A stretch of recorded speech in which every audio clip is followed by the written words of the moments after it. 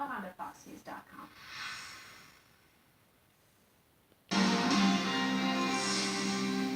The next segment tonight, attacking the candidates. We asked our pal Frank Luntz to show 2 political ads to 30 undecided voters in St. Louis and report back to us. The ads are attacks.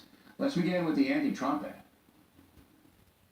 I got shot down over Vietnam and spent 11 months in a POW camp.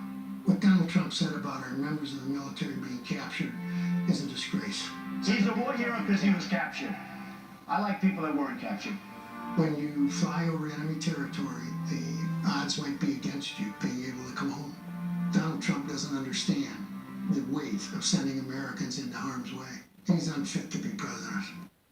Joining us now from Houston, Frank Luntz. Was that who took that ad out? Do you know, was that a PAC ad or a Hillary Clinton ad? What was it? I believe that was a PAC ad, but voters can't tell the difference. No, they don't know. So it's really not, they don't know. It was a good ad. It was a slick piece. That's why I'm asking. Whoever put that ad together, and you can see that even Trump supporters or people who lean to Trump thought it was an engaging ad, correct? Yeah, two points from that ad. First is you can actually hear my voice in the background. I'm the guy who asked Donald Trump that question about John McCain, and it's very strange to see my own voice or hear my voice. I didn't know that. In an ad. And second is that a military veteran is the single most trusted profession in America today when it comes to politics, even more than teachers, nurses, or small business owners. So the fact that the Clinton campaign is using a veteran to attack Donald Trump is a very smart and very effective thing to do, and I expect you're going to see more of that over the final 3 weeks. All right, now let's go with the anti-Clinton ad. Roll it.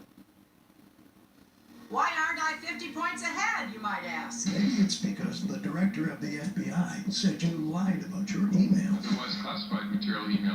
Or maybe it's because your policies have allowed ISIS and terrorism to spread. Or maybe it's because you call Americans deplorable. You could put half of Trump supporters into what I call the basket of deplorables. Why aren't I 50 points ahead, you might ask? Do you really need to ask? All right, so why did that ad work? It worked because it was Hillary Clinton's voice. It was her own words. It was her insulting voters as opposed to challenging Trump. And frankly, it worked because the #1 weakness for Hillary Clinton is her integrity. So you've got the Trump campaign focusing on integrity. You've got the Clinton campaign focusing on Trump's persona.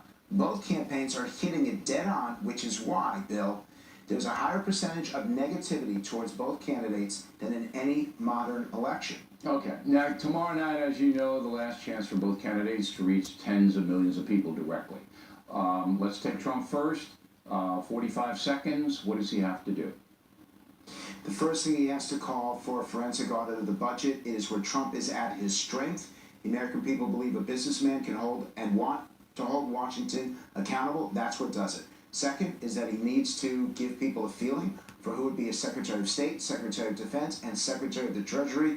That tells him that he'll surround himself with smart people. And third, he needs to ask a simple question. Are we safer today than we were 8 years ago? And as Secretary of State, did Hillary Clinton make us safer than we were 8 years ago? The answer for most Americans is no. It's the same, right? It's the Reagan line. Are you better off? Trump came out today and said he wants term limits. Is that people care about term limits? It's not a high priority for president, but I'll tell you, it polls at about 65% support. Right. So the American people will look at that and say, that was a good thing. That was new today. All right, and what is Hillary Clinton up to do tomorrow night? She needs to continue to ask questions such as, do you, and she should look straight at the camera, do you have faith and confidence in Donald Trump as commander-in-chief? Because that is where Trump is at his weakest. And she needs to continue to ask him questions rather than challenging him. Those questions he cannot answer. So I would advise her to come up with a couple policy points where the American people would expect that you have to know this to be effective as president and to challenge him that way. All right. Very good, Frank. We appreciate it. Thank you. One footnote for you political folks, Robert Samuel of our staff.